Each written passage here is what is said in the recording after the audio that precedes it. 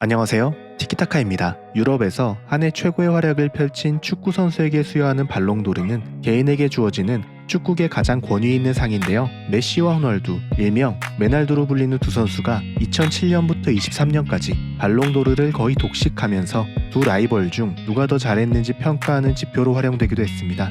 하지만 그렇게 끝나지 않을 것 같던 메날두의 시대도 이제는 정말 끝나가고 있는데요. 오늘 준비한 내용은 메시와 호날두로 인해 발롱도르에서 피해를 본 선수가 누구인지 알아보았습니다. 센세이션한 활약을 펼치고도 신계급 활약을 넘지 못한 선수가 누구일지 지금 바로 알아보겠습니다. 최근 몇 시즌 동안 맨시티는 리그 내 최강팀으로 떠올랐는데요. 하지만 그들의 목표인 유럽 챔피언이 되기 위해서는 챔피언스리그 우승이 필요했습니다. 그런 의미에서 홀란드의 합류는 팀의 약점으로 지적되던 공격수 걱정을 말끔히 해소해 22-23 시즌 최고의 영입으로 평가되었습니다. 많은 이들의 기대가 부담이 될 수도 있었지만 그런 부담은 아무것도 아니라는 듯이 첫 시즌부터 맨시티에서 날아다녔습니다. 프리미어리그에서 35경기 36골 8도움으로 프리미어리그 출범 이후 단일 시즌 최다골 신기록을 달성하며 역사를 새로 썼는데요. 이런 홀란드의 활약은 챔피언스리그에서도 계속되었습니다. 바이에른 뮌헨, 레알 마드리드, 인터밀란 등 타 리그별 강호들을 꺾는 동안 12골을 기록하며 득점왕에 올라 맨시티의 첫 챔피언스리그 우승에 큰 공을 세웠습니다. 하지만 카타르 월드컵 우승을 차지한 메시에 밀려 아쉽게 발롱도르를 수상하지 못했는데요. 다만 이제 메날두의 시대는 저물었고 아직 나이도 어리기에 앞으로 수상할 기회가 많을 것으로 기대됩니다. 반다이크의 리버풀 이적은 프리미어리그는 물론 챔피언스리그에서도 팀을 우승 후보로 만들었습니다.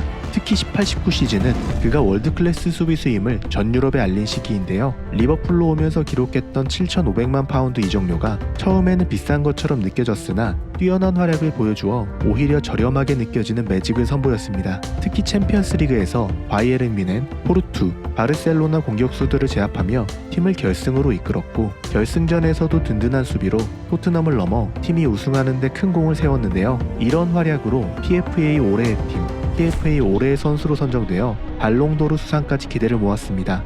하지만 시즌 51골 19도움을 기록한 메시에게 밀려 아쉽게 발롱도르 2위에 그쳤습니다.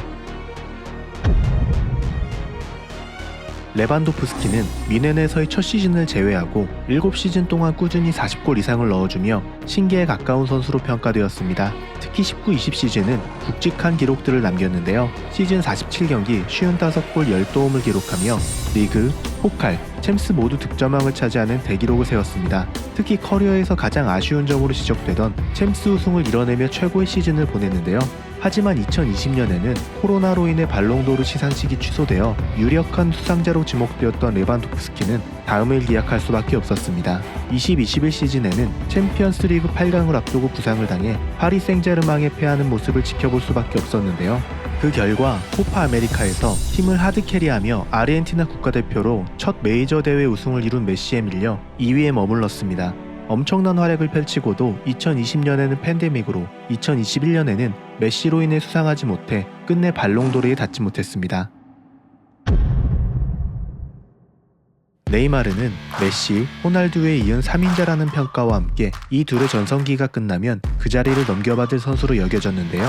바르셀로나 시절 메시, 수아레즈와 함께 이른바 MSN 라인으로 불리며 트래블을 이뤄냈고 14-15 시즌에는 메시, 호날두와 챔피언스리그 공동 득점왕을 차지하기도 했습니다. 전성기 시절 20대 선수로는 유일하게 포포투에서 발표한 역대 축구 선수 탑백에 오를 정도로 재능과 스타성을 겸비해 신계에 가장 근접한 선수로 평가되었는데요. 메날두의 전성기가 끝나면 최소 한 번은 발롱도르를 탈 것으로 예상되었습니다. 하지만 팀 내 1인자가 되고자 선택한 PSG로의 이적 이후 내리막을 걷기 시작했습니다. 특히 상대팀의 거친 태클로 견제당하며 부상을 당하는 빈도가 잦아졌는데요. 결국 PSG에서 6년 동안 173경기만을 소화한 채 사우디로 이적하게 됩니다. 메날두와 달리 30대 초반의 전성기가 끝나 결국 발롱도르를 수상하지 못한 채 유럽 커리어를 마무리했습니다.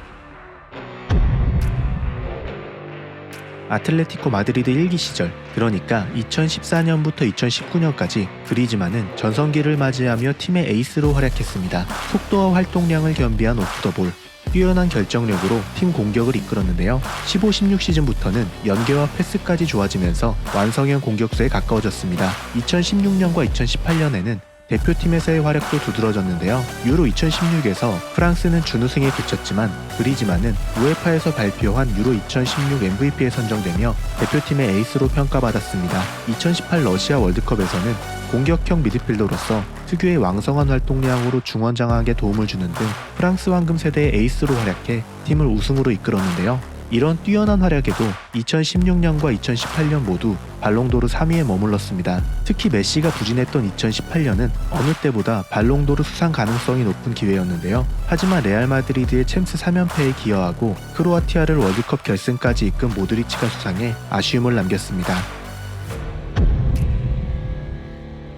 2009년부터 2012년까지 4년 동안 사비는 발롱도르 3위 3번, 이니에스타는 2위, 3위를 각각 한 번씩 기록했는데요. 두 선수 모두 같은 시기에 바르셀로나에서 뛰어난 활약을 보였기에 따로 설명하기엔 어려움이 있어 두 선수가 묶여 2위로 선정되었습니다. 2008년 과르디올라 감독 부임 이후 모든 선수들이 좋은 활약을 보였지만 사비와 이니에스타의 활약은 독보적이었습니다. 이른바 티키타카라고 불리는 높은 점유율을 유지하는 패스 축구를 완성하면서 2000년대 후반부터 2010년대 초반까지 세계 최고의 팀으로 군림했는데요. 물론 리오넬 메시가 가장 큰 역할을 맡았지만 클럽과 스페인 대표팀의 전성기가 같은 것을 보면 사비와 이니에스타의 활약이 얼마나 컸는지 알 수 있습니다.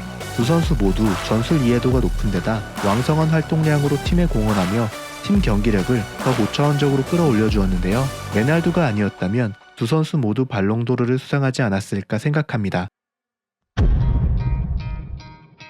발롱도르 수상자는 단 한 명이기에 메시와 호날두 중에도 피해를 본 선수가 있을 수밖에 없는데요. 2위를 5번이나 기록하는 동안 메시가 무려 4번이나 앞을 막았기 때문에 호날두가 1위로 선정되었습니다. 단순히 수상 횟수만 보아도 메시가 8번, 호날두가 5번을 차지했는데요. 물론 혼자가 아닌 라이벌이 있기에 자극을 받아 오랜 시간 좋은 경기력을 유지할 수 있었던 것도 사실이지만 메시가 없었다면 호날두는 시대를 대표하는 최고의 선수로 자리 잡았을 거라 생각합니다. 축구 역사상 A매치 역대 최다 득점, 챔피언스리그 역대 최다 득점 등 득점에 관한 대부분의 기록을 가지고 있는데요. 전성기를 보낸 15년 동안 메시와 호날두의 비교는 언제나 최고의 화제였습니다. 하지만 말년으로 갈수록 부정적인 행보와 폼 하락으로 메시와의 차이는 더욱 커져갔는데요. 역대급 활약을 보여준 선수이기에 2인자라는 평가는 받아들이기 힘들 거라 생각됩니다. 지금까지 한 시대를 풍미한 메시와 호날두로 인해 그 활약이 가려진 선수들을 알아보았는데요. 축구팬의 입장에서는 역대급 선수를 보는 것이 즐겁고 영광스러운 일이지만 같은 시기에 뛴 선수들은 어떻게 생각할까 하는 궁금증에서 준비한 컨텐츠였습니다. 앞으로 메시와 호날두 같은 선수들이 또 나타나 축구계를 빛냈으면 좋겠습니다. 재미있게 보셨다면 구독과 좋아요 부탁드립니다. 시청해주셔서 감사합니다.